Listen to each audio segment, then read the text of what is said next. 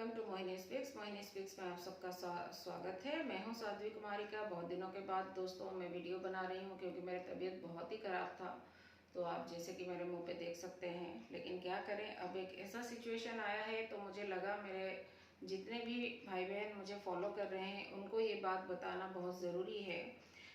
अभी जो सबसे भगदम मचा हुआ है राखी पूर्णिमा में, रक्षाबंधन में आप कब राखी बांध सकते हैं, और सबके मन में एक क्वेश्चन बहुत बड़ी आती है कि ये भद्रा काल जो होता है वो होता क्या है। भद्रा जो होती है वो उस काल में उसको बोला जाता है विष्टकरण।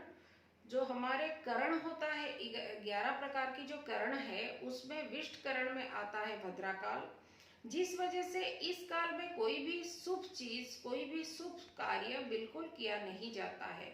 इसी टाइम पे, इसी भद्रा काल में जब सुपर्णखा ने रावण को राखी बांधा था, तब उनका पूरा का पूरा सब कुछ उनका नाश हो गया था। इसी भद्रा काल की वजह से ही रावण पूरी तरह से नाश हो गए। ये है हमारी जो अगर आप देखेंगे हमारा जो किताबों में जो लिखा हुआ है, जो ग्रंथों में है, उसको अगर फॉलो करते हैं, अगर फॉलो कर रहे होंगे तो आप समझ जाएंगे कि क्यों भद्रा काल ये है। तो उसके बारे में मैं और कुछ बताती हूँ। भद्रा काल हर साल आता है, लेकिन वो क्या होता है ना, वो स्वर्ग में, मर्त्य में और पाताल में, ये तीनों दिशा में वो भटकती है। लेकिन इस बार मर्त्य में ही भद्रा काल का योग बना हुआ है, जिस कारण ये योग बहुत ही खराब योग है। इस टाइम पे अगर कोई भी बहन अपने भाई को राखी बांधता है तो अनजाने में ही वो उसकी सर्वनाश कर बैठती है। तो भद्रा का कुछ विशेष चीज हम आपको बताना चाहेंगे इसमें, तो आप थोड़ा क्लैरिफिकेशन आपको मिल जाएगा कि क्यों नहीं करना चाहिए। जब भद्रा मुख में रहती है तो कार्य का नाश हो जाता है। जब भद्रा कंठ में रहती है तो धन का नाश होता है। जब भद्रा हृदय में रहती है तो प्राण का नाश होता है।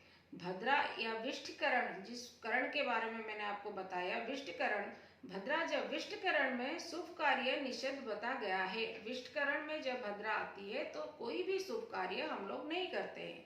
ज्योतिष विज्ञान के अनुसार भद्रा तीनों लोक में घूमती है, बट इस बार भद्रा मृत्यु लोक में है, जिसके कारण वो शुभ कार्यों में बाधक या उनका नाश करने के लिए ही वो आई है। तो इसी कारण कल रात जो 30 अगस्त 9:45 से लेकर 31 अगस्त 6:45 तक आप रक्षाबंधन तथा पूर्णिमा के जितने भी पूजा, जो लोग पूर्णिमा के पूजा करते हैं वो इसी टाइम पे कर सकते हैं। जगन्नाथ मंदिर के हिसाब से भी बलभद्र जी का जन्मदिन जो कि रक्षा पूर्णिमा का होता है, वो भी हमारा 31 अगस्त 5:45 से शुरू होता है जगन्नाथ मंदिर में। तो इससे आप समझ सकते हैं कि जगन्नाथ मंदिर में भी 30 अगस्त को कोई भी त्योहार नहीं मनाया जा रहा है। भद्रा पूंछ का जो टाइमिंग है वो 5:30 PM टू 6:31 PM तक है। भद्रा मुख का जो कंपासिंग है वो 6:31 टू 8:11 तक है।